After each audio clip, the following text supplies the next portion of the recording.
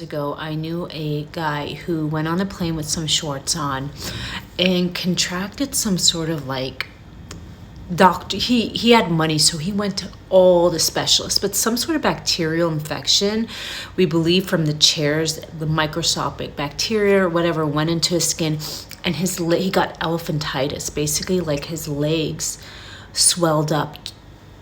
He became like swelled to huge. Okay, this poor guy, I don't think he still to this day is recovered, and he went to the best of the best doctors. Because of that, he got extreme OCD. So whenever you're flying public or you're using public transportation, best not to expose your skin on these chairs. It's always been because they don't clean them, especially in the summertime. People sweat, restaurant chairs, same thing. When you're wearing your short shorts and your skin is exposed and you just kind of sit on there, they're not the cleanest things, and these microscopic things can get into your skin.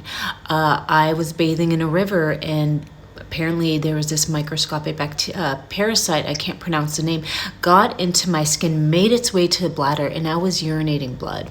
Okay, it is not a joke. Luckily, I knew how to fix it, but yeah.